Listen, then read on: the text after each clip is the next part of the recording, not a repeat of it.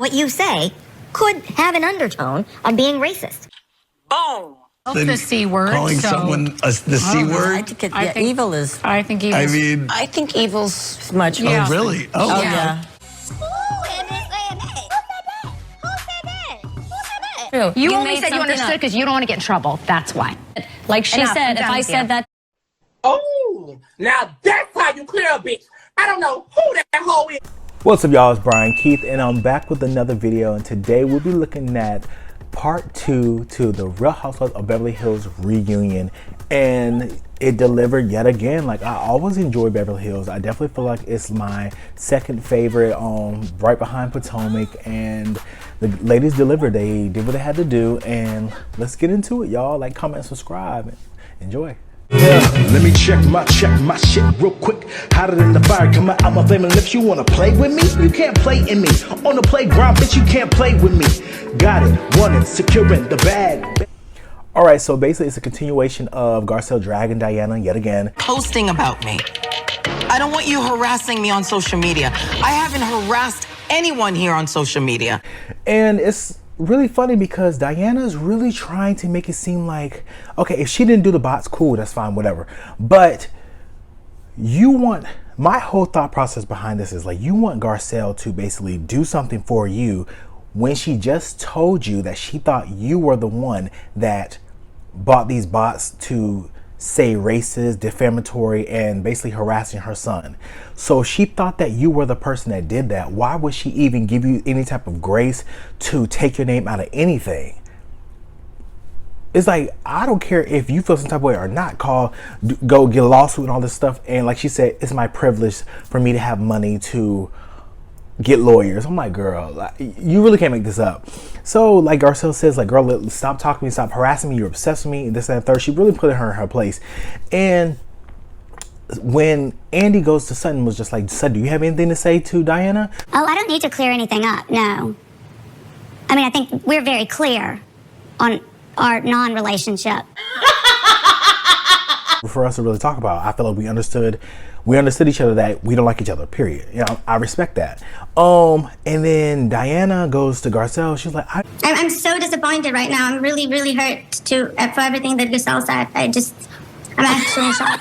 I'm just like, I don't know about Garcelle, just hurt me. And Garcelle was like, girl, I didn't even say nothing. It was Sutton. So what are you talking about? She's like, you call me evil. And she said, I called you evil off of what you said about Sutton. You called Sutton. So I'm not about to sit up here and I have Sutton's back. I'm not your friend. And that's the thing, is like, if it was like one of my friends and another girl was like, well, your friend did this to me, regardless of what my friend did to you, I can hold my friend accountable behind the scenes. Cool, that's fine. But I'm not about to sit up here and co-sign with you about my friend. No, we're not doing that. If my friend did something to you, okay, that's between you and my friend. But I'm not about to co-sign with you when, like I said, that's my friend. Period.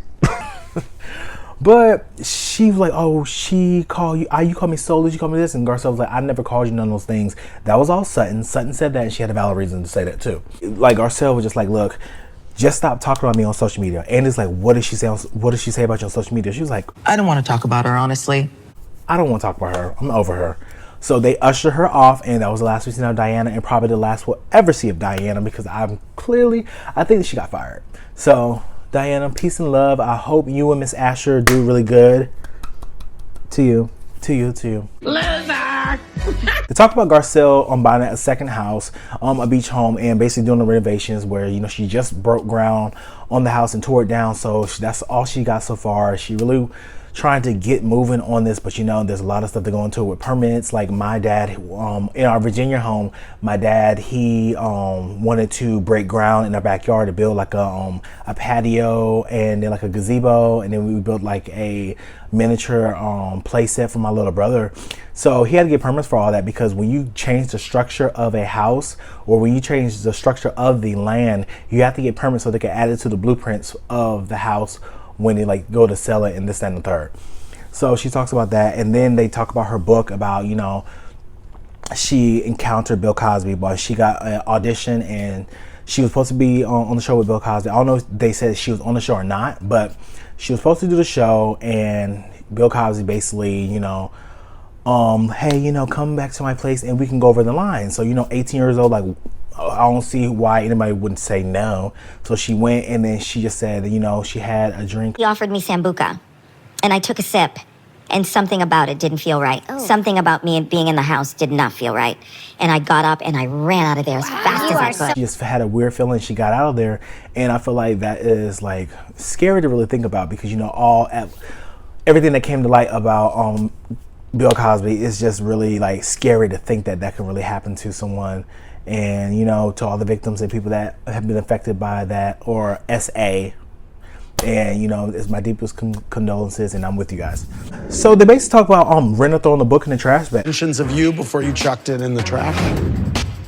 I'm the one that threw Garcelle's book in the trash can, and we all thought it was Erica. I knew it wasn't Erica because I saw somebody on Twitter. If I can find the tweet, I'm gonna put it on the screen.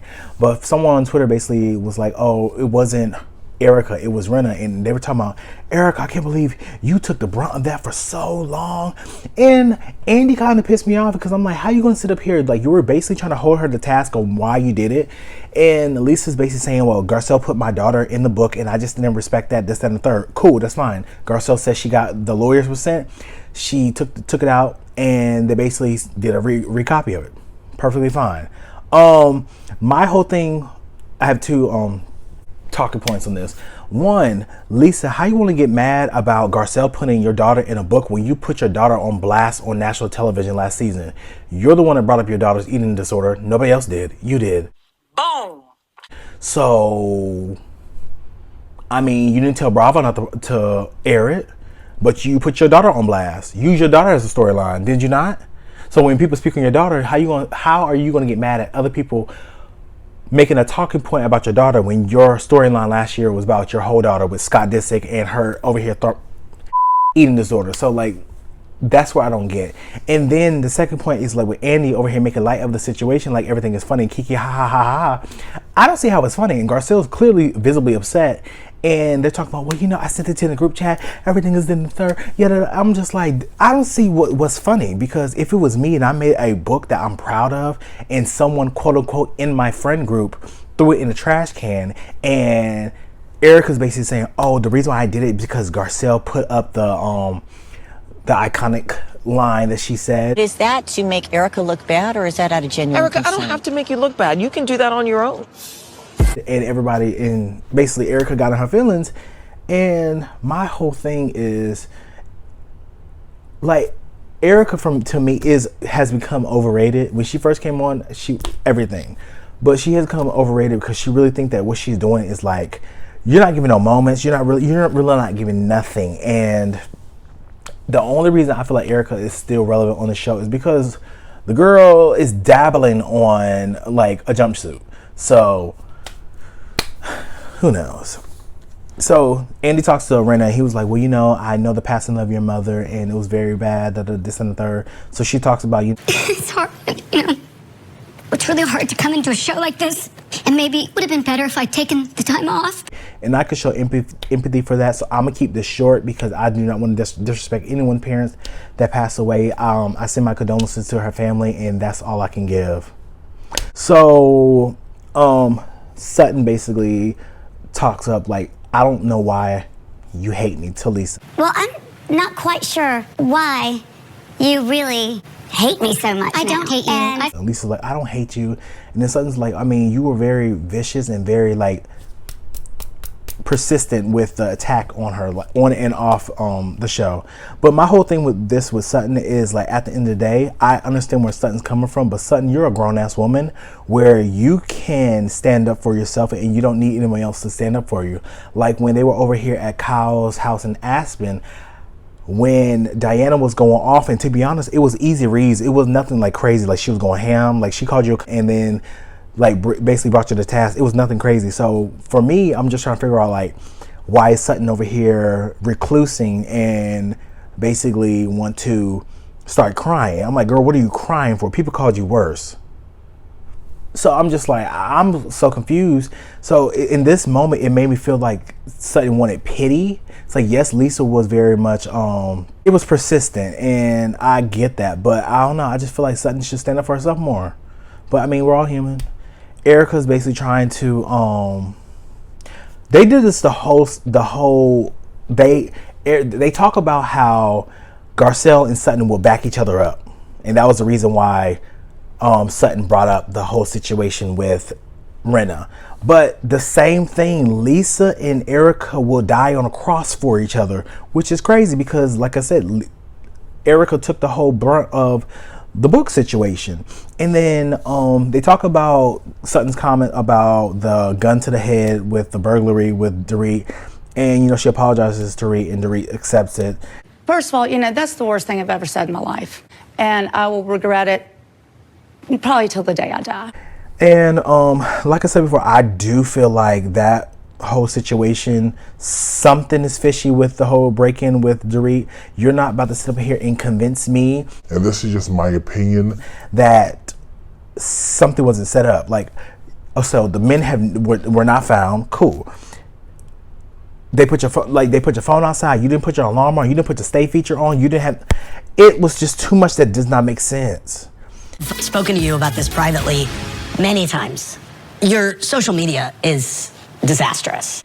So Andy basically talks to her and like, well, you're a disaster on social media to Lisa.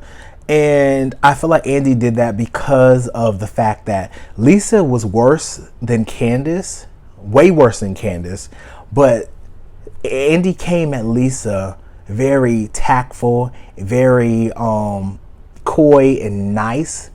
But when it was Candace on Potomac, the black girl, the brown girl, it was, you're a disaster on social media. It was very much pointed, and his tone was pointed. It was very much like holding her accountable, which, okay, you hold her accountable, fine. But you need to do the same thing to Lisa. Because she needs to be on pause. I know she's not going to be, but she needs to be on pause. Like they said, they talk about the social media, and Garcelle brings up, sometimes what is said is perceived differently when it comes to us.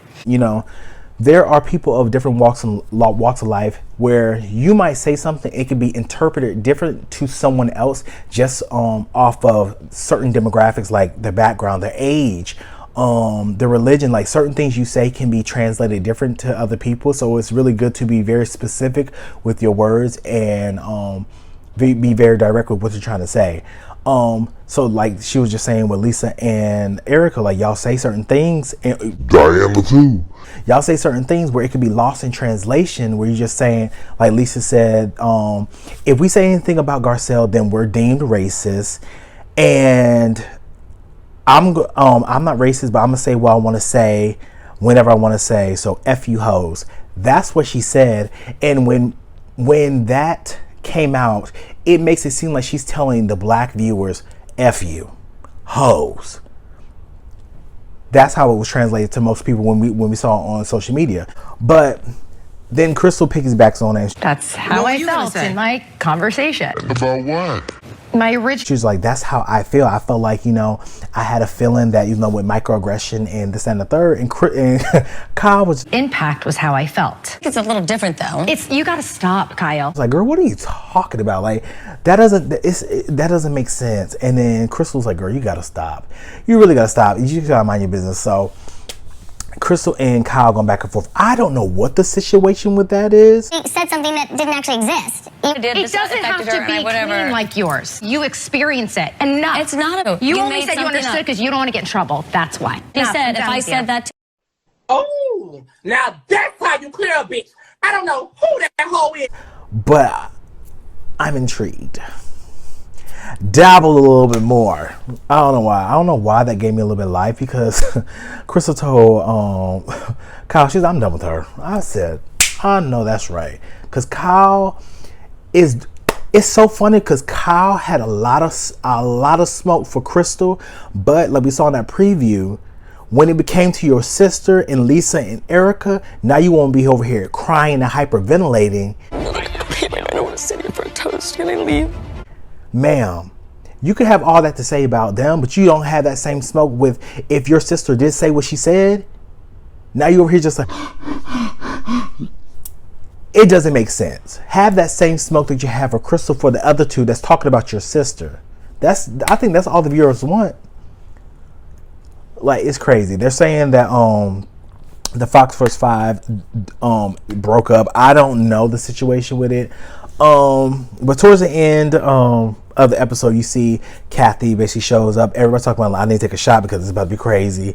And Lisa is just pacing around, talking to herself about, I can only tell the truth. I can only tell the truth. I can only tell the truth. It's very much seems nervous energy. Tell the truth. All I have to do is tell the truth. That's all there is. I don't have to do anything else. Truth is the truth. That's all we're doing is just telling the truth. And she's trying to hype herself up for a situation. I feel like she thinks she knows what's going to happen, but she wasn't ready for Kathy. If everything goes how it was edited in those previews, Lisa's about to get washed by Kathy Hilton. Who knew? You know, I didn't know. Kathy definitely came and did her research, because damn, that's crazy. Side note convo is that Watch What Happens Live, BravoCon, Erica gets on stage and they ask her a question like, who will be the next couple to go to Splitsville? And she basically says PK and Dorit. Like I said before, I feel like this is a strategy, because like they're arguing on social media, PK, Dorit, and PK ate Erica up. Oh, that's so embarrassing. That's so embarrassing. He ate her up. But I feel like this is a strategy, because to be honest, who are they going to demote? I feel like they're trying to bring people back, and some people got to go. Period. Somebody got to go. Diana's out.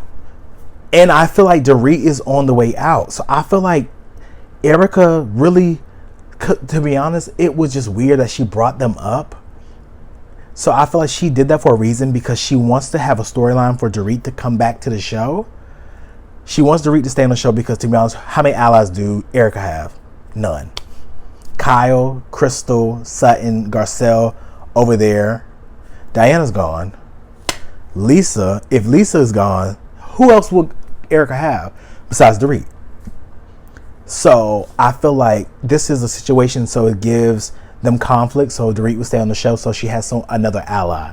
So I see what she's doing. I know exactly what she's trying to do. And I mean, it's smart, but Dorit gonna go. I'm sorry. But you guys, let me know what you guys think. I'm so excited for the next part, because I know it's gonna be good. My MVP of this episode, my MVP will be